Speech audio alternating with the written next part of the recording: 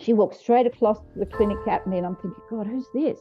Very purposeful. I thought, have they got a new worker? I didn't know who it was, and she just grabbed me and she kissed me, and she pinched my cheeks. And then I realized it was Miriam. Like, she was a really older lady, like my grandma, and she was sort of, I love you, and I was like, oh my God, she had changed so much. She had gone from running injecting room, brothel, to, having money and friends and shopping. Welcome to the podcast, Kate.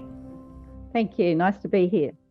So, Kate, where I would love to start is with a paragraph from your new book, Beating Drug Addiction in Tehran, a Women's Clinic. After returning to Sydney from my first trip to Iran, I told Margaret, my partner, about the trip and the women in prison in particular. We had stayed up all night dissecting the trip. She was worried as she hadn't heard from me at all while I was in Iran. She said, well, you should do something for the women in prison. What can you do for them? And it was the last thing she ever said to me. So, Kate, this is obviously a very sensitive and defining moment in your life. Can you share more about that experience and the effect that it came to have on your legacy? Sure. Yeah, her death was quite major to me.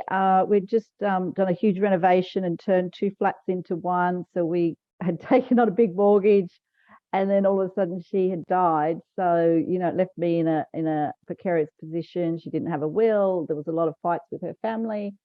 We did very similar work as well. So my work was still caught up with her work, which was hard. Her centre and my centre worked quite closely together. And then obviously this Iranian trip had just really fueled me up to do something. And for that to be her last comment to me was quite, meaningful. I thought, okay, I can do something. I'm not quite sure what at that point. We had thrown around some ideas on the last day, just 2 days prior in Iran, about what to do. But I guess, it was a legacy in the end, because it did give me that impetus to keep going, rather than get depressed and drop out. Right. So it was, it had a silver lining, I guess, in the end. Yeah, and I guess, to my understanding, this kind of established this long journey for you that sort of resulted in you establishing the first methadone clinic for female drug users in Iran. But to my understanding, it was a pretty long journey and it took about 6 years. Can you share more about that journey along the 6 years? Sure. First of all, it wasn't the first clinic. They had a lot of clinics, but they were all overrun by men. They didn't have a clinic specifically for women. So it was a women's clinic was the first thing we started. And I say we because obviously, I had a lot of help and colleagues in Iran doing a lot of work as well, and some back in Sydney. So I guess the impetus really came from a trip. I had gone on a tour of Iranian prisons, which you might think, oh, that's horrible. And in actual fact, it was fascinating. They were so advanced. You can't believe that.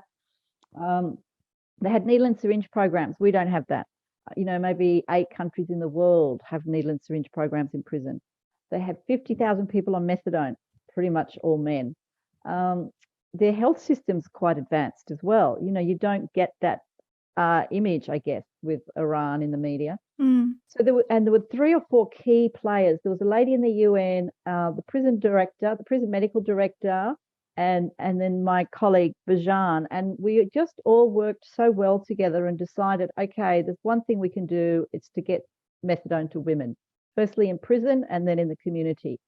And, there's a lot of challenges to starting a new treatment. You got to find staff, and nobody had any experience of women and methadone because they weren't really catered for. So it was almost impossible to find staff with experience. We had to train them up, and it's not a big difference from treating men, but there are some issues that are quite different. Childcare and reproductive issues and different doses, and the women have a different drug use pattern. So all these things need to be taken into account. Plus, there's often an overbearing husband or father in the picture, that you have to negotiate with. So, it was kind of an opportune time where there was the right mix of people and the need, I guess. They're all happening at the same time, and me having this persistent desire to get something going. It literally did take 6 years to get going, so that's quite a long time to devote your part of your daily life to. Yeah. Was there any moments for you, Kate, during that 6 years, because 6 years is a very long time, that you considered sort of stopping this trajectory of your life? Like, what was it that really kept you going through those challenges? Yeah, I think the hardest thing was finding the funding. So, we needed a fair amount of money. In the end, we got 300,000 US. So that's quite a lot of money in a developing country. And I'd gone to all the places I thought I could possibly get money. And when they were not willing to fund us, it was quite disheartening. And then I remember I said to my boss, Alex, once, he was going to Europe, I said, can you please find me some money for the Iranian clinic? And he wasn't really behind the idea. He thought we should be working more in the Asia Pacific region. And, he was like, oh, it's too hard. Anyway, he came back and he said, oh, look, I met this guy. Here's his email. His name's France. Give him a quick letter about what you're doing. I went, really? And he came back straight away and he said, we'd like to fund things nobody else funds. This is the Drossos Foundation in Switzerland. And then we had to negotiate with them as well, obviously. But to be, I probably was running out of steam at that point. I had other projects. I was doing a lot of work in prison in Australia and in Indonesia and other places that I could probably be spending my time more fruitfully. So it was, I was running out of steam, I guess. But we had built up such a good proposal and, a lot of goodwill. It was a shame if that wouldn't be used. And in coming to establish the women's clinic, as you shared, it was the first women's clinic. What was it like sort of in those early stages of starting something that was so new in Iran? Oh, it was funny because there was lots of culture clash. Like I thought, oh, look, I'll just buy them a coffee machine, because I insisted on having a women's room where the clients could come, sit and talk, smoke cigarettes. And they said, we don't drink coffee, we drink tea. Oh, okay. So, lots of little things I had to learn as well. They also have a different idiosyncratic behaviors in the drug scene. So one thing I found really interesting is there's a group of users and they're of mixed gender, so male and female. The sister will go first if she's a sister of one of the males, but if it's a sex worker or somebody they don't know, she will go last. Interesting. So, like they'll look after their sister, but not the sex worker. And then we'd have this debate, I remember, because we'd run focus groups in the women's room with the clients and some staff. And the staff member said, well, would it be better to be last because you're less likely to overdose? Oh, no, it might be better to be first because then you're not likely to get HIV or Hep C. So these things perhaps we took for granted because, we have overdose prevention. We have, good response to HIV. It's quite rare here. So, I mean, they didn't really have, they had a lot of HIV around, even though they did have a good response. A lot of Hep C, obviously, and a lot of overdose. They didn't have any experience much in responding to overdose. So, and then women tend to use less amounts of drugs than men. So there were lots of things to take into consideration while we're, getting going. And you mentioned this room where women go to sort of smoke cigarettes. To my understanding, they sort of, take off their hijabs and they reveal their life stories. And in your book, you describe it as one of the most interesting aspects was this room called a safe room. Can you share more about what that safe room experience is like? Sure. I had visions it would be like a harem style with flowing silk, strips and big cushions. Like I dream of Jeannie or something. Everyone's sitting around, but it wasn't like that. It was like a boardroom with really stiff back chairs and posters about don't do drugs on the wall. And I, was really disappointed. I said, look, this isn't what I had envisaged. And I put money in the budget specifically for furnishings and they kind of got it. They took everything out and painted it and made it a little bit nicer, but still it was not how I envisaged this kind of casual space. But The space was really interesting. They didn't let any men in. So the director was a male. He ran a men's clinic, which we put our female clinic into so we could save on a lot of overhead. And the accountant was a male. He didn't come into the room. So it was a women's only safe space, as we call it, the safe room. So it was really, really delightful, actually. Even though these women had so many problems, this was a space. And they would hang there all day. They would come and have their tea. They'd smoke cigarettes. They'd have, whatever lunch they had, or sometimes the staff would give them lunch. But people could open up, and they could, the staff. So we had about 8 female staff members just for the clinic, a lawyer, a doctor, a psychologist, a midwife who was really a sexual health counsellor. Anyway, different women would come, and they would just sit, and it would be a lot more informal, because the formality there is quite stifling. Like, they don't talk about sex. They don't talk about reproduction. They don't talk about contraceptive. It's all a bit hush-hush. So in the informal setting, these conversations would just flow a lot more easily. And I would enjoy sitting there. I'd have a few cigarettes with them that were terrible. They were so strong. I felt like I was going to pass out. But, I was sort of bonding with them, and I might bring some cigarettes one day, and, we would talk, and they would start to tell you their problems. And it wouldn't be a focused session as in a one-on-one 1 hour with the psychologist. It would just be, how's it going with your husband? Oh, well, this is what happened. And how's your sister? How's your mom? And it just allowed a lot more intimate conversations. So I was really pleased we did pursue the women's room. They weren't really, the upper guys weren't really keen on it, because I guess it seemed as something a bit secretive. Yeah. But that was the beauty of it. It was a secretive space for them. And would you be open to sharing a story that was shared in that room that touched your heart? Oh, there's one story that always brings me to tears, actually. It's for Reba. So she really looked terrible. You see the before and after photos, before they get clean and after, and she was the before photo. So very bad skin, underweight. Her clothes just sort of hung off her. And she came along for quite a while, and she didn't talk. And then one day she just said, I want to talk. I mean, all this is being through a translator. So I'm, a little bit behind. So they would laugh, then I would laugh, or whatever. But her story, it was very moving. She'd been forced into marriage, very unhappy marriage with an old guy. She left him, then she found a guy to marry on the street, and she married him. But he went off to his military service. Sorry. So she got stuck with his mother-in-law, who used to beat her. Anyway, finally she left there as well, and she just started using drugs under the bridge. They sort of hang under bridges and live there. And then someone came along and said to her, listen, there's this place you can go, and you can get methadone, and you can go and see the doctor, and they'll give you some food. And she just couldn't believe it. She said, why would someone do that for me? Wow. She didn't. And then when she did come, she thought it was a trap. She thought, oh, this is going to be a trap. They're going to catch me and put me in prison. Like, she was in and out of prison all the time. She just had been so badly treated. The thought that there would be some service for her was not in her, realm of thinking. And she came good. She got really into it, and she took part in all the programs. They ran lots of courses and groups for the women.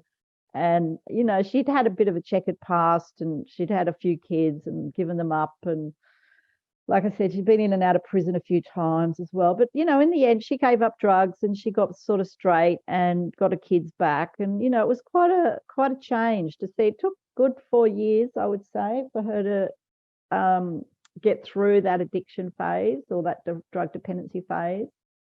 But she was lovely. She'd always bring me little presents. And once I would take keychains or things from Australia, and I'd given her a keychain with a boomerang or a kangaroo or something on it, and she'd always bring it and show it to me. And I said, look, I've still got your key. I've still got your key ring, So, it was a lovely way to build a rapport with these women, these focus groups in the women's room. And how do you kind of personally experience like that? Because obviously someone like that, you know, she had her doubts because she'd never experienced anything like this, being able to come to a women's clinic that is safe and is there to help her. What's that experience like for you in coming so far? There was a 6-year journey to this establishment and you're starting to sort of see results amongst the women. Like, what is the sort of emotion that you experience?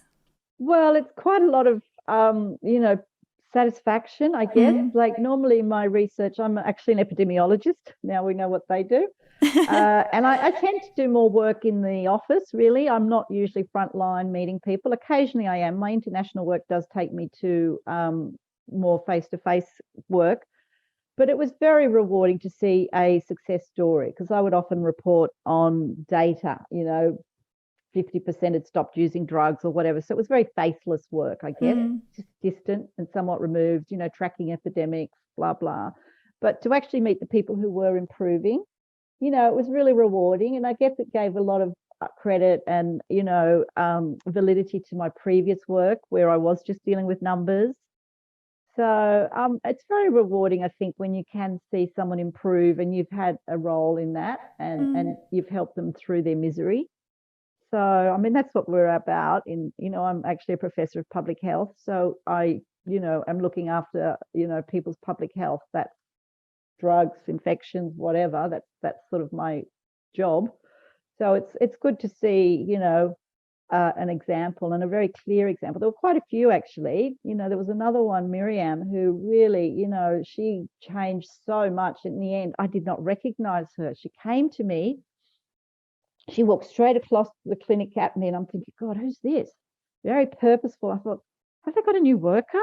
I didn't know who it was. And she just grabbed me and she kissed me, you know, and she pinched my cheeks. And then I realized it was Miriam. Like she was a really older lady, like my grandma, you know, and she was sort of, I love you, you know. And I was like, oh my God, you know, she had changed so much. She had gone from running injecting room, brothel, to, you know, having money and friends and shopping. She wasn't working. She, you know, she was too old to work and she never spoke, she never read or wrote. She couldn't read or write. She didn't have any education, but she was still very streetwise. And, you know, I do remember her a lot, you know, because I just feel like you've got a new life now. You can go and do what you want. So it is rewarding when you feel your work is doing something, I guess. Very powerful. And I'd love to know, Kate, working at this women's clinic, to my understanding, sort of challenged your assumptions that you had of Iran and its people. And in your book, you sort of talk about you came away with insights that were rare even in the world of international development. Can you share more about what those assumptions were and the insights that you came away with? Sure. I think most people, me included, have a very negative view of Iran. And at the time we were doing this was when I think George Bush named Iran in the axis of evil. And I remember teasing my friend, why is he doing that, you know? You know, we don't see a lot of positive stories from Iran. It's a theocracy. It's run by religious people. You know, so there's a lot of suppression and oppression. But underneath that, there's actually this bubbling country. You know, they're really living a very similar life. Many drink alcohol in their homes. They have cable TV. They have a private life and a public life, I guess. The public life is the hijab or the chador. The private life is the men and women are very equal, especially in the cities. Women are very independent. The idea of them being suppressed is not really how it is in at least the cities in Iran. They're very self-assured. They're all really well trained and educated. There's so many doctors. I mean, like I said earlier, the health system's very good. And the people are absolutely beautiful. They really are. You know, you'd be standing with a map. 10 people would come to you. Can I help you? Can I help you? Where are you going? You must come to my mother's house for dinner. You know, it was just because there's very few tourists there. But even that, I remember going to Parviz's house one night. He was the medical director of the prisons. And I just said, oh, gee, that's a nice rug you've got there. You know, he said, oh, yeah, I got that in Nepal. I went, oh, right. Before I had left, he wrapped it up and had given it to me and would insist on me taking it. I mean, I love it. But You know what I mean? And he really wanted to take me to the airport at one morning at 3 a.m. I said, no. And he said, please, please, I have to. I said, no, you don't. And, he was begging me to let him take me to the airport, because that was part of how he felt. He wanted to make sure I'd get on the plane, I wouldn't have a problem. It's quite a convoluted process to go through excess baggage there. So they're very hospitable people. I mean, I would recommend, if you want to go and have a look at Iran, go on a guided tour. There's some fantastic sites, but it is so safe. You would not believe it. You would think, oh, it must be dangerous. No, it's not dangerous. You would be knocked over by people trying to help you. Beautiful. So, I mean, obviously avoid the times when they have elections and revolutions, because I did get caught up in one of those. But apart from that, everything is, it doesn't seem, I mean, I watch a lot of Iranian films also for my sort of interest, but my background, I want to make sure I've got the culture right and whatever. And the films are a little bit sad, which is a little bit of a shame. A lot of films seem to have a sad thing. And I think the people feel sad because they're suppressed and oppressed, I think. I don't know. And they would prefer to be a little bit freer. But given that's the case, they're still really, really, beautiful people. I can really relate to that. I lived in Tunisia for about 4 months a few years ago, and I was doing some volunteer work there, and it was kind of the same thing in the sense of like the people around me that heard that I was going there were like very wary. They were kind of like had their assumptions of a country like that. And so I kind of went in there thinking, okay, I've got my set of assumptions, and it was completely different. I have some of my bestest friends from there now, and it was just such a beautiful experience. And I feel like there's such an important lesson in that. With all the international development work that you sort of do, is that a perspective that you really take into, say going into a new country? Is kind of like, obviously you can do your pre-research on something, on different new countries that you're going to, but there is such an important aspect of just having your own experience and making your own sort of judgments on that. Yeah. Look, something comes to mind. I did some work in Liberia, which is on the west coast of Africa, and I was again doing prison work. So I was visiting prisons all around the country, and I was a little apprehensive. So I did my research and I reached out to colleagues who'd actually been there, and I had one colleague who lived there, an Indian guy who was employing me. And then my colleagues here said, no, it's fine, go, and it was between elections, my 2 visits. So I went before and after, and there had been a civil war. So it wasn't that stable. And a friend was in the UN compound, and she said, look, if there's something, come to us and we'll evacuate you, whereas my organization was going to do a car convoy through to the next country, which I don't like the idea of that. Because people were being stopped in at night in cars and being told they were the police when they weren't. So it's a calculated risk, I guess, and you've got to get as much information as you can. But generally, people are pretty good. Yeah, they really are. Yeah, and I feel like experiences like that really sort of highlight our sense of privilege, isn't it? Well, I mean, that's sort of what I felt in certain countries that I visited or volunteered in. Is like, it is a privilege to go sort of to these countries and know that if anything were to happen, you could sort of get the first flight out, and that, a lot of people that you make friends with or that you work with don't always have that opportunity.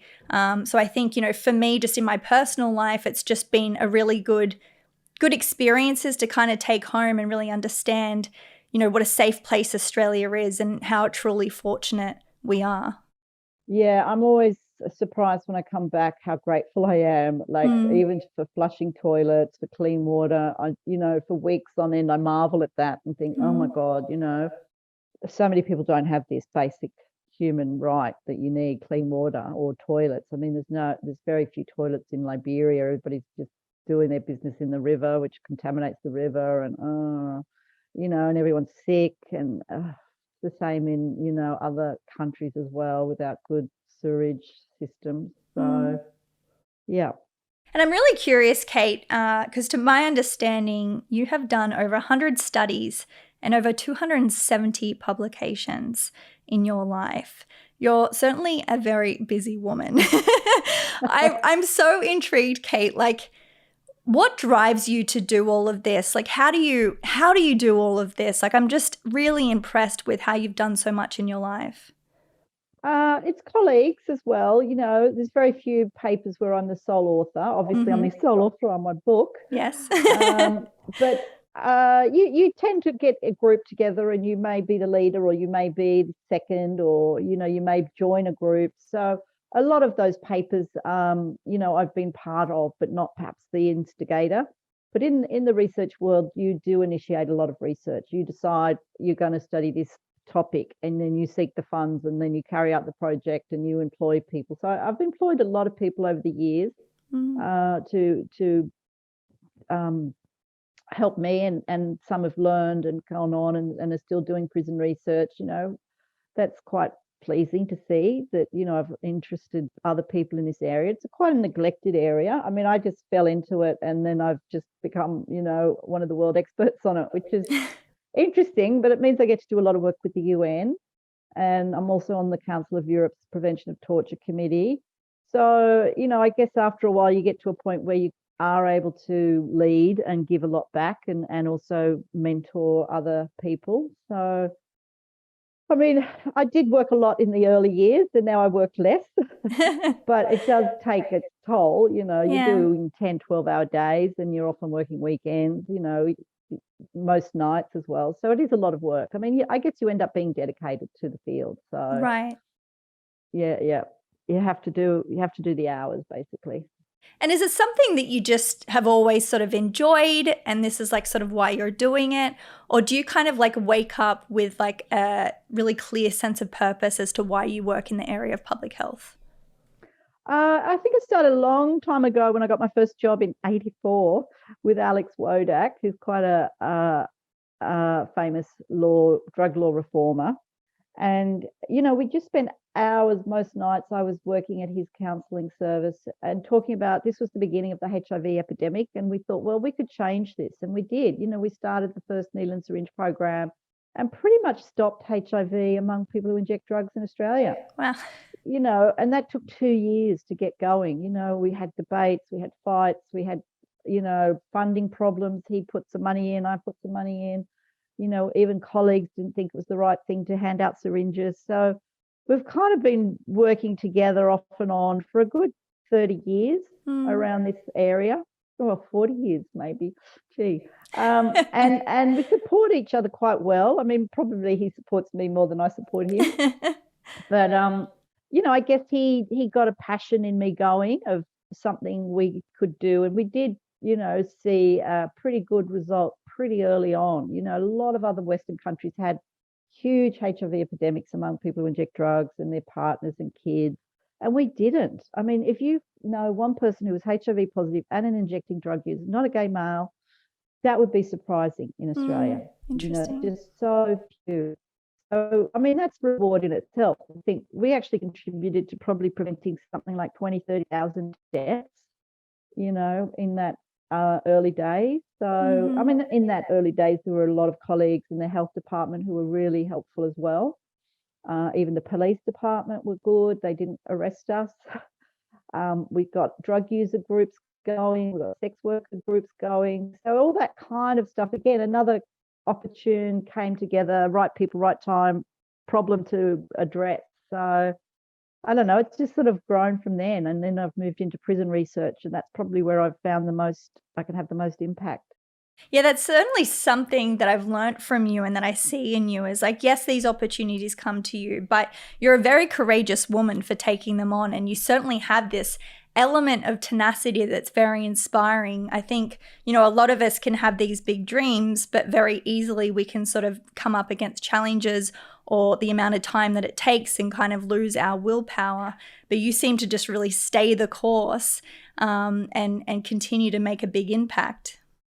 I do have a lot of things I don't get to do. So you're only seeing the things that do get done. Well, there's a lot. Yeah. There's probably half a dozen things we should be doing now that we're not doing, and I'm working, chipping away at those slowly. But, again, it takes so long. Like I got a Winston Churchill Fellowship to look at managed alcohol programs almost 10 years ago. So this is where people with a chronic alcoholism are given alcohol every hour on the hour. Wow. Yeah, I know.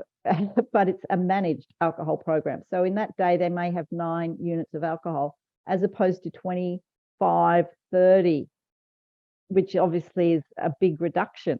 So, we're chipping away at that one. We've got some money. We hope to get a program going in Sydney on that soon. And that's been another long battle, Yeah. But now I've got, colleagues who are keen and taking the lead and really getting it going. So, but, the first response people have is, why would you want to give them alcohol? Well, because that's what they're going to do. And they'll drink, hand wash. They'll drink, non-beverage alcohol, we call it, because that's what they do. Yeah. So if we can reduce that, improve their health, and then start to look at maybe coming off the alcohol, it's kind of what we call harm reduction, the big issue about reducing harm, accepting people where they are and moving forward with them, rather than saying, well, you're not going to have any alcohol here.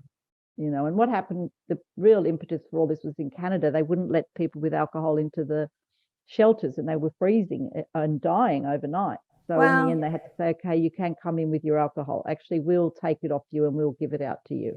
And that's where it sort of really started. And this is a very new area, but alcohol treatment has been lagging behind for years. We haven't really done much in that area for so long. I talk, of the field in general. So hopefully we'll get a managed alcohol program going in Sydney soon. And what is that like for you, Kate, sort of like looking out into your future? Obviously, in these areas that are such high impact, and they truly are sort of transforming, I guess, sort of regulation around these areas. Do you see yourself separating from this at any point, or do you feel like this is sort of a lifelong, we go back to legacy in public health? Do you think that you'll always be doing something in that area?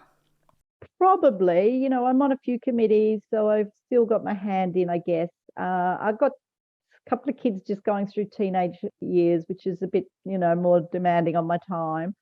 So I'm sort of stepped back from full-on day-to-day work. But I'm connected quite closely with the Council of Europe, and I imagine I'll be going on visits with them. They inspect prisons for evidence of torture. So maybe in a few years, when I got the kids off my hands, I might be doing more work in Europe. But I'm also happy to let other people do it and have a bit more of a relaxed time, on the Gold Coast or in Queensland or something. It's not good to work all your life. Yeah. I think you can have a break. I do still mentor students and do a little bit on that side, which is also rewarding. It's great to see a student develop and get their PhD or write a paper or whatever. That's kind of that's a nice aspect to doing public health as well. Well, Kate, I want to say thank you so much for this beautiful conversation. And as shared before, thank you for inspiring me personally. You are, I'm going to stay with it, you are a woman of courage and certainly tenacity. And it's certainly inspired me to stay the course on things that I truly believe in that can make a positive impact. So thank you for that. Oh, look, thank you for reaching out, and I hope you enjoy the podcast. On a final note, Kate, I would love to ask you one more question. What does it mean to you to be human?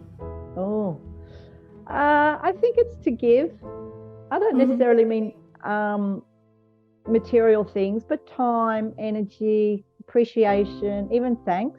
Yeah. I think that's what is human, is something about what we can do for others.